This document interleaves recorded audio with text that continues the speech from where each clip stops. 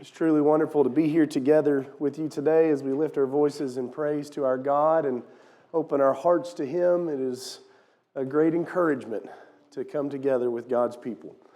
And you might recognize from my voice that I've got a little bit of a cold. I'm dealing with some seasonal gunk, and I'm going to ask for your patience as we go through this lesson. I did discover this morning a very unique hidden talent. If I try to hold a cough in, I can mimic an elephant spectacularly. I apologize to Robbie and his class. We're going to try very hard to keep Dumbo contained this morning in our lesson. And I want to talk a little bit about something that I think is probably pretty close to a lot of our hearts, having just recently experienced the holiday that we've gone through in Easter. And leading up to this, I said Easter, Thanksgiving. All right, Michael, let's tag out.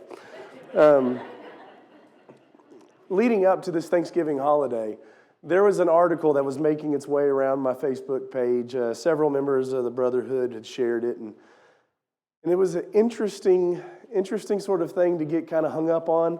So the article dealt with a very real concern that some people have, a fear that families were breaking long-held Christian traditions, and doing so would destroy the holiday of Thanksgiving at its core.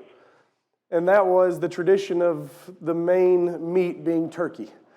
And they were opting for ham or for brisket or something else to be brought in. And the fear was, well, if we don't have turkey at our Thanksgiving dinners, what are our kids going to do? And somewhere down the line, I don't know, we're going to no longer celebrate Thanksgiving or maybe have women preachers in the church. I don't know exactly how this was as bad as what they thought it was going to be. My thought on it was maybe we just do all the meats. That might be a little bit too coexist, but I like the idea of just bringing all of them in. But it did come and get me on a little bit of a rabbit hole of, well, what was the original origin of Thanksgiving? What was the meat of choice? And lo and behold, found out it's not turkey. That's an addition, a deviation from the original Thanksgiving feast, which would have had most likely goose or duck, some sort of fowl, but most likely goose or duck, maybe pheasant, along with items such as venison, deer meat. These would have been the main sources of protein at the early feasts of the Pilgrims in 1621 when they celebrated the first Thanksgiving. That kind of got me thinking, well, what other things have we deviated from over the years? I mean, I imagine there's some things that are very obvious. I don't think they sat around afterwards watching the Macy's Day Parade. And I'm pretty sure football was not as big an event in those days. They maybe still gathered together in groups, staying up all night long, roving around from store to store, murdering each other and rioting and the likes. But man, I think that might be a deviation as well. Actually, here's what I learned. In 1621, the first Thanksgiving was a multi-day feast celebrating the end of the first successful harvest of the Pilgrims at Plymouth Rock.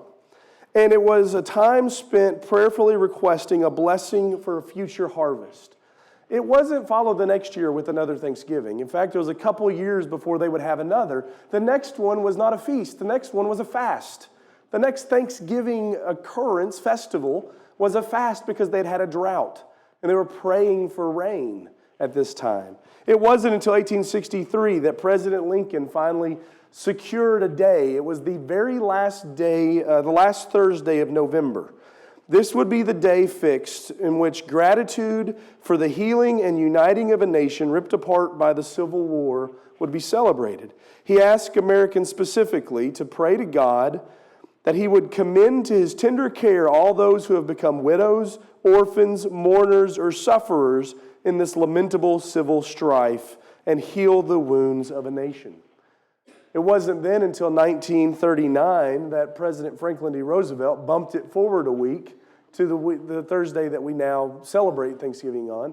This for maybe much less commendable purpose than Lincoln. He was trying to boost sales during the Great Depression. And thus we get the holiday that we are so familiar with today that is oftentimes tied to commercial sales. We get Thanksgiving. Now I want you to keep all that in mind. I want you to keep all that in mind as we get into our reading today. And our reading really has nothing to do with Thanksgiving. In fact, much of our lesson has nothing to do with Thanksgiving, but yet I think some of the principles behind the holiday that we've just celebrated can come to our mind as we think about some of the things that take place in John chapter 6. That's where my Bible is open. I encourage you to open your Bible there as well. And we think about Jesus as he deals with this great feast that takes place in John chapter 6. This is a passage that is filled with abundance. It's also a passage that's filled with grace and thanksgiving. After these things, Jesus went away to the other side of the Sea of Galilee, or Tiberias. A large crowd followed him because they saw the signs which he was performing on those who were sick. Then Jesus went up on the mountain, and there he sat down with his disciples. Now the Passover, the feast of the Jews, was near. Therefore Jesus, lifting up his eyes and seeing that a large crowd was coming to him, said to Philip, "Where are we to buy bread so that these may eat?" This he was saying to test him, for he himself knew what he was intending to do.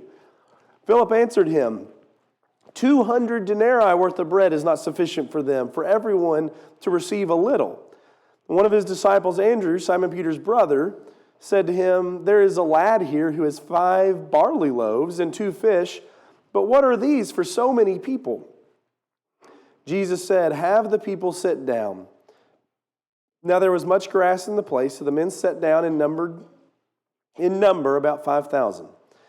Jesus then took the loaves, and having given thanks, he distributed to those who were seated, likewise also of the fish as much as they wanted. And when they were filled, he said to his disciples, "Gather up the leftover fragments so that nothing will be lost." So they gathered them up and filled 12 baskets with fragments from the 5 barley loaves which were left over by those who had eaten.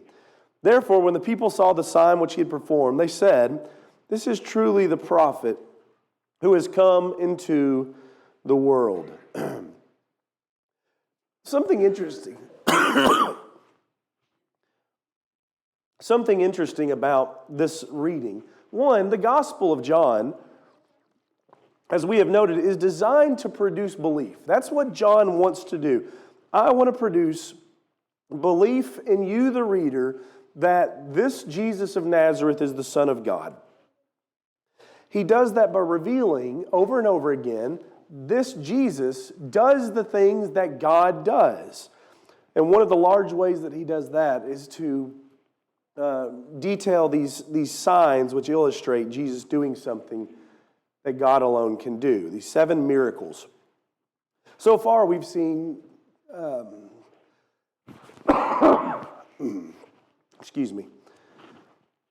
So far we've seen Jesus turn water into wine. He has healed a sick child. He has restored an invalid. And now we have read about him feeding 5,000 people. Now this one stands out because this is one of the only miracles that makes its way into all 4 gospel accounts. Matthew, Mark, Luke, and John all will talk about this moment when Jesus fed 5,000 people with really nothing. But what makes it further stand out is John records it in a way that nobody else does. You would think that if we were dealing with a story that everybody knows and everybody is talking about, we'd have the story down pat. Everybody would be saying the same thing. And yet John deviates from everybody else's story. And while there is some significant benefit to finding the way the Gospels harmonize, I think here there's a benefit to seeing how they differ. Some of these differences that we might note here is that while John's account has Jesus on a mountain, the purpose of being there is not what it was for the rest of the disciples. He doesn't say anything about being there because the disciples have been sent out in a group in 70, groups of 2, and they've come back and they've talked about the great things they've done, and Jesus wanted to give them a rest. Or he doesn't say anything about John the Baptist being beheaded at this time, things that the other gospel writers mention for the reason why they go to the mountain. John doesn't mention any of that at all. He just says, hey, look, they were on a mountain. Some other differences. The other accounts deal extensively with the work that Jesus is doing. John doesn't deal with that other than to say that Jesus had done some works and people had saw the signs and that thus they were following along. That's going to be some foreshadowing that John puts in there, not for the purpose of the narrative, but really to draw our minds back to chapter 4 when he condemned the Jews for only following because they saw signs. John's letting us know the things that are going on here in Galilee are going to be similar to the things that went on in Jerusalem. Jesus is not being accepted, but he's being rejected everywhere he goes. The other gospel accounts talk about him sitting people down in groups of 50 or groups of 100. John doesn't say anything about that. All of these differences shouldn't concern us, by the way, because they're not the purpose of John. His purpose is not to give us a detailed explanation of everything that went on at that moment when Jesus fed 5,000 people. His purpose is to get us to see the Passover. His purpose is to get us to see the mountain. His purpose is to get us to see the sea. His purpose is to get us to understand a new exodus is taking place. And that's what he's doing all through chapter 6. He's going to focus on Exodus language to draw our minds back to the Red Sea when the Israelites crossed on dry ground. And we'll see in later readings in chapter 6, Jesus walking across the water of the sea. He's going to draw our minds back to a people without food and the giving of manna in the wilderness. And we will see Jesus here feed 5,000, but later tell these same people, I am the bread that gives life. And we also will draw our minds back to Mount Sinai and the people coming into the presence of God and these people coming to Jesus on the mountain. All of this is for the purpose, John's intended purpose in this is to get you, the reader, to see an Exodus event is taking place in John chapter 6. He wants us thinking about the Exodus. We'll even have a conclusion to all this. What we read in verse 14. The people hear all this and they go, this guy's like Moses. This guy's the prophet. That's a callback to Deuteronomy 18 when Moses said, a prophet like me will arise. Listen to him. So all of this is for us to understand. John wants us to see an Exodus is taking place. So that's kind of where we're going. But how do we get there? First of all, where are we at right now? Well, John tells us we're at the Sea of Galilee. Or we're at the Sea of Tiberias. He says it kind of strangely. You have to remember, John's writing to an audience that is living later than the events that are taking place. He's not writing to people in the days of Jesus. Jesus has died. He's writing this to people who have come after that, trying to understand what was going on in Jerusalem at this time. And so he references the Sea of Galilee. Now, the Sea of Galilee is how we probably have come to know it most familiarly. And it's given that name because it's in the region of Galilee, yet it wasn't its original name. Joshua didn't know it as the Sea of Galilee. He knew it as the Sea of Kinneret. And that is because of this town right here on this southern tip. The town of Kinnereth was the name of, or was a town that the name of the sea got its name from. So he got its name from this prominent town, Kinnereth. By the days of Jesus, Kinnereth is not a prominent city anymore. But the region of Galilee is. And so it just kind of collectively becomes known as the sea or the lake that's up in Galilee. But in 21 AD, Herod Antipas starts building a city that is going to be built to the honor of the Caesar at the time, Caesar Tiberius. He builds that city right here. And as he does so, he says, hey, look, I think this sea needs a more prominent name. So Galilee's out, Tiberias is in. So in the days that Paul or John is writing to, people maybe wouldn't have even recognized the name Sea of Galilee. And so he says, these things happen at Sea of Galilee. You might know it better as the Sea of Tiberias. We're very familiar with this. We've got a president who said, hey, Gulf of Mexico, that's not the thing anymore. We're called the Gulf of America. And I imagine there's going to be a point in history where people start talking about the pirates of the Caribbean and the things that went on in the spice trades. And they'll say all this stuff that happened in the Gulf of Mexico. Well, to you guys, it's the Gulf of America. That's what John's doing here. He's just, this regional place has changed. And thus he gives them both names. We want you to know where we're at. We're somewhere up here near the northern western coast. Never eat shredded wheat. No, we're on the northeastern coast. I've got that backwards. So we're somewhere up here near Bethsaida. And the account's going to continue, and they're going to cross over towards Capernaum. And that's where we're going to see Jesus walk on water. So during all this time, we're up here near Galilee. We're on the Sea of Galilee, the Sea of Tiberias. And all these people show up, and Jesus sees the people, and he's going to feed the people. But it says specifically that he tests his disciples here. This is not really something that the rest of the accounts make a big deal out of. But John points out Jesus is testing the people who are with him. And he tests them by asking them this question: where are we to buy bread so that these may eat? And we got two people that John points out are going to respond. Philip, the first, and then his good buddy Andrew. If you'll recall at the beginning of John's gospel, Philip and Andrew are tied together and they're coming to Jesus. They're friends. And so Philip points out first, he says, look, I don't know, it's a question about where we're going to buy food. I think it's a question of with what are we going to buy food? If we had 200 denarii, that's a working day's wage. So he essentially says, Jesus, if we work for 200 days straight, I don't know that we can get enough food to feed all these people. And then Andrew responds and says, well, there is some food here. It's essentially this little boy's lunch, the bread and the fish. It would have very likely been a pickled fish. That was common in that day. You'd take some bread and some sort of pickled fish, similar kind of to like sardines today. It would have been a little bit bigger than that. Something that you would have spread on and eaten it. This was a school lunch for a child. And yet he takes that and is able to feed 5,000 people. But these are their responses. We don't have enough money. We don't have enough supplies. We know already, John tells us Jesus already knows what he's going to do here. Like he already knows, he's already got this all worked out. I don't need your all's help. But he is interested in what they would say. And it makes me wonder, well, it seems pretty apparent that those are probably not the right answers. So what would the right answer have been? If Jesus was a class teacher, what's he fishing for?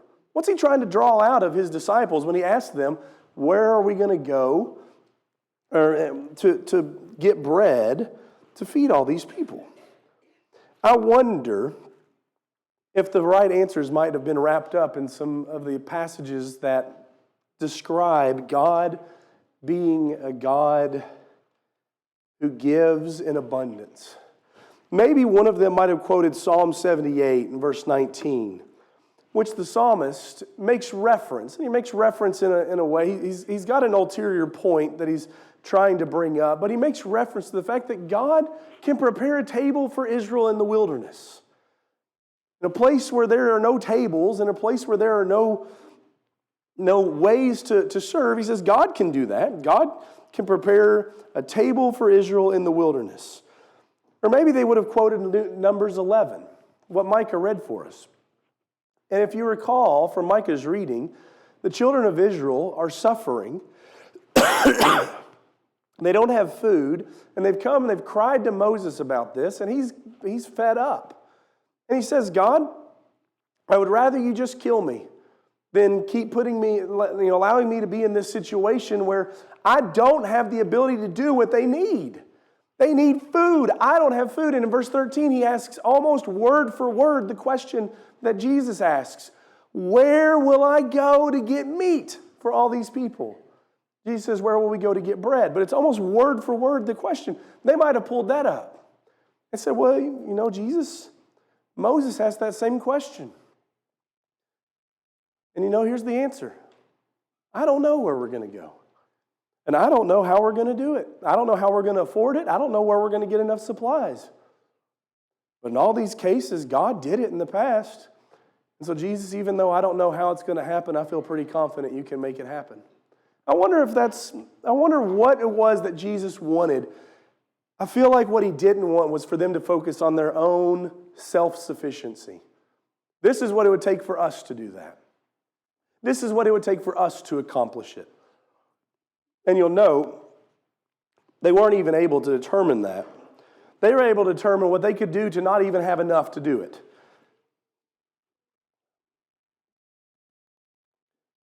But they did not look to the God who was with them. They looked to themselves. Do you and I ever do that? You ever look to yourself in a time of trouble, a time of trial, a time of difficulty? It doesn't necessarily have to be just absolute, I say that, hardship. And we tend to just go to the really, really hard things. But do we ever find ourselves looking to ourselves, our own self-sufficiency? I'm going to pay this bill this month. I'm going to deal with this problem that has arisen in the house. I'm going to correct the behavior of my children. I'm going to solve the situation that I'm dealing with at work. Do we ever find ourselves looking into our own lives, determining, I can fix my own problems? I do. And I think what we need to see from this is that Jesus is the one that should be the focus as the solution to our problems. He is all sufficient. In some of your translations, Philip says, look at what we have, but it's not sufficient to feed. It's not sufficient to provide. That really should be the way that we view ourselves. I'm not sufficient to deal with the issues in my family. I'm not sufficient to deal with problems that arise amongst the brotherhood. I'm not sufficient to deal with all the internal issues that take place in a workplace. I'm not sufficient to fix every problem at school. I'm not sufficient to make sure every bill is paid and every leak is fixed in the house. And I'm not sufficient to these things. But Christ is. And I wonder if that's not what he was asking his disciples to do, is just confess. Only you can solve these problems. Maybe if we would take an attitude more like that, we would be a little bit more like Paul. In 2 Corinthians chapter 9, verse 8, he speaks about the good deeds that they were to be doing. It's not Jesus will go out and do those things. Jesus will solve these problems. Jesus will go take care of the weak and the poor. Jesus will be a light to the world. He doesn't say that at all. He says there's good deeds that we're supposed to be doing, 2 Corinthians 9, verse 8. But the power to do them comes from the grace of God that works abundantly through us to do those good deeds. What he was saying is, I'm not sufficient. God is. And through God, I can work to solve these problems. Through God, I can lean on Him to accomplish these things, to feed thousands. I think another oddity in this is also tied up in that phrase that he uses at the end of the account. We're used to, they sits everybody down, they feed everybody 5,000, gather up 12 baskets, and we just kind of bask in the awe of this miracle. How did you do this? But Jesus tells them, when you gather everything up, I want you to do it so that nothing is lost. It's a very strange thing that John points out that none of the other gospel writers really draw attention to. Jesus says, I don't want anything to be lost, so gather it all the leftovers, all the crumbs, gather that up. The significance of the number 12 is not very hard to see, that it's a significant number at least. In the Old Testament, you had the 12 tribes of Israel. In the New Testament, you have the 12 apostles. You see that number pop up several times, and most often it's just pointing to the fact that this is God's people. These are the chosen people of God. But that statement, I don't want anything lost, stands out. But it stands out because that's the purpose that Jesus has come. He said, I came to seek and to save the lost of Israel. I came, he tells the woman who is asking for his help, who is a Gentile. He said, I didn't come to the Gentiles. I came for Israel, for the house of Israel. I've come to save them. I've come to heal them. I've come to draw them back to God. Jesus has come to save Israel. They are lost and they are needing someone to seek them and save them. They are wounded and they are ill and they are needing healing. And that's the purpose Jesus came. He didn't come to fill the bellies of 5,000 people by the shores of the Sea of Galilee. He came to fill the hearts, to draw them back to the Father, that their hearts may be filled by His Spirit. He's gathering God's people together for salvation. And as we go further on into the chapter, what's going to become clear is all who will be filled, all who will be gathered together for salvation are those who will be satisfied with what Jesus offers. Those who are satisfied with Jesus will be gathered in, and none will be lost. And Jesus foreshadows some of that in His language here that John brings out. Gather up so that nothing will be lost. The next time that we journey down the Gospel of John, we're going to see how the people's recognition of all this, and specifically that last point that Jesus is like Moses. There's something similar to the Exodus that's going on here. When you take that and the excitement about that and you marry it with false understandings of the plan of God, you're going to find them trying to draw close to Jesus, but in a way that actually separates them from Him and the lessons that we need to learn from there. But before we end, I want us to think for a moment, especially after the feast that we have encountered. I don't think anybody, maybe a few of you had some pretty large gatherings. I don't think any of you fed 5,000 this week. But we've all had a pretty big encounter with feasting. We experienced that during Thanksgiving, and maybe some of us ate our fill, and maybe some of us ate more than our fill. I don't think any of us saw any miracles connected to that, but I think we can learn messages from what happened when Jesus fed the 5,000 miraculously. A day is drawing nearer to us. Something that I reflected on as we thought about things that we are thankful for this week. A day is drawing near for us in which the angel of death is one more time going to enter into the land, just like he did so many years ago in Egypt. And just like in those days when the Israelites were spared death because of the blood that was on the posts and beams of their house, those who are covered in the blood of the Lamb today will be passed over and enter into the promise of eternal life. When I thought of Thanksgiving this week, I thought about that. That because of our burial into the death of Christ in baptism, His blood has been painted over us. I don't know what it felt like to be an Israelite that night. It seems like there was some anxiety, some anticipation. They were to be ready to leave. Everybody's at the ready. We know God is going to visit Egypt tonight. And we know death is connected with that. We also know what our God told us. That all who are covered, all whose houses are marked by this blood will survive. They will live. Even though the terrible presence of God was going to be revealed. Do we think about that? Do we think about with haste and with anxiety, with anticipation, the angel of death is coming once more? Will I be ready? Am I ready? Maybe we think about it in that way, that I've thought about baptism and I'm not really sure that's something that is really needed for me right now. I've done a few things that are bad, but they're not that bad. I'm not sure that I need to be baptized. Well, that would be like a Jew saying, I don't know that I need to put blood on the doorposts and on the lintels. And the sad reality would be that they would find out death had visited their home that morning after. Do we think about it in the light that the angel of death is coming? I must be prepared. I can't do much to prepare myself for that. I can try. I can say, I got to clean up my eyes.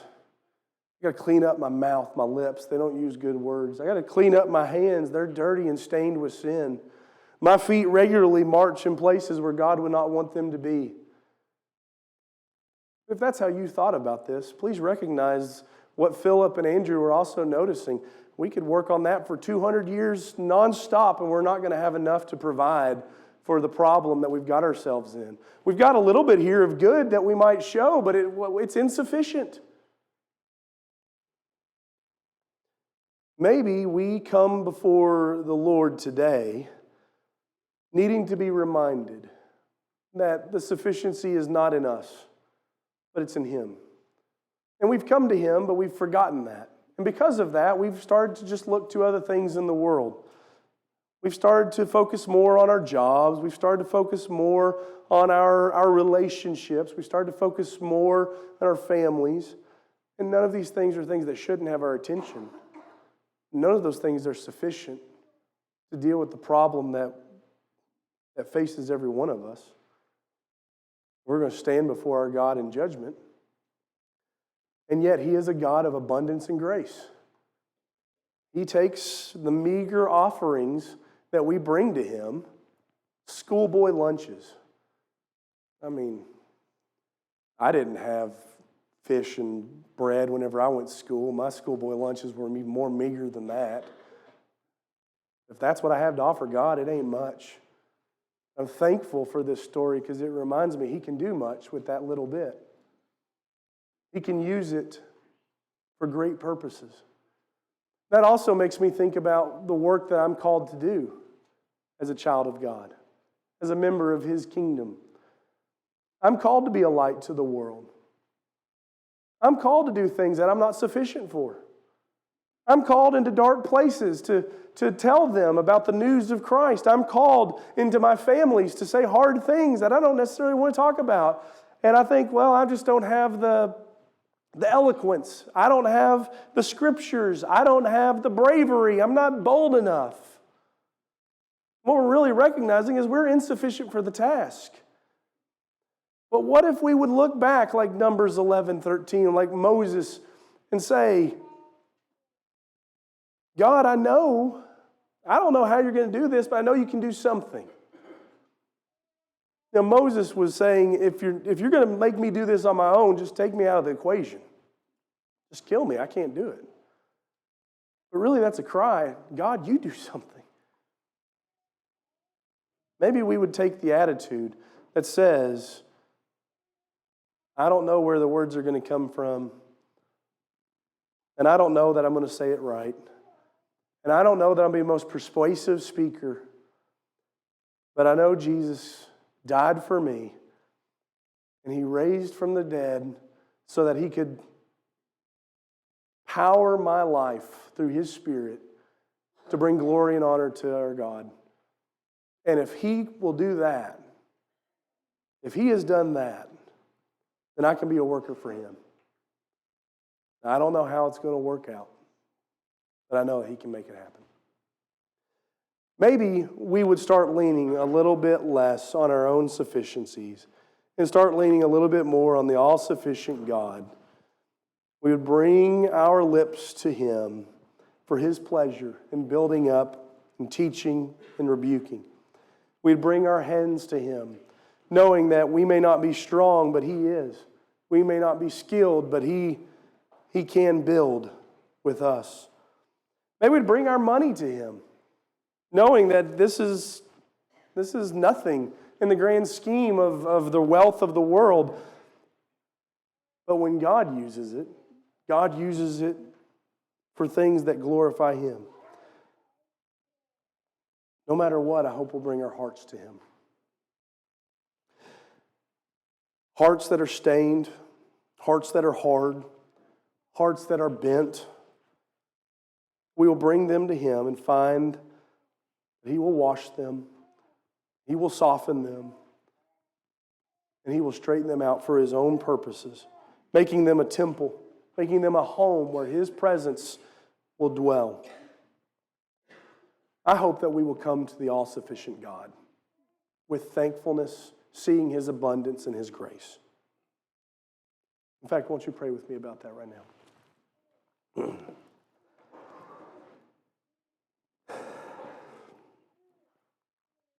Thank you, Lord, for the lives that we have and the strength that you have given us. But Father, I pray that you will help us to look beyond the supplies and the resources. I pray that you will help us to look beyond ourselves to see your power. I pray that you will help us to see the power of your word, that it saves, that it's active. I pray that you will help us to see the strength in your good deeds, which you created before time. And you created specifically that we may do them to your glory. I pray that you'll help us to see beyond ourselves to the multitudes around us. Like your son Jesus, to see with compassion the needs of all those that are in our lives that we have an opportunity to feed, that we have an opportunity to care for, that we have an opportunity to bring before you. Father, I pray that you will use us, work through us, and allow the meager offering of our life be transformed into the glory and splendor of your power on this earth. Father, please let those whose hearts have been washed in the blood of your Son remember what has been done for them,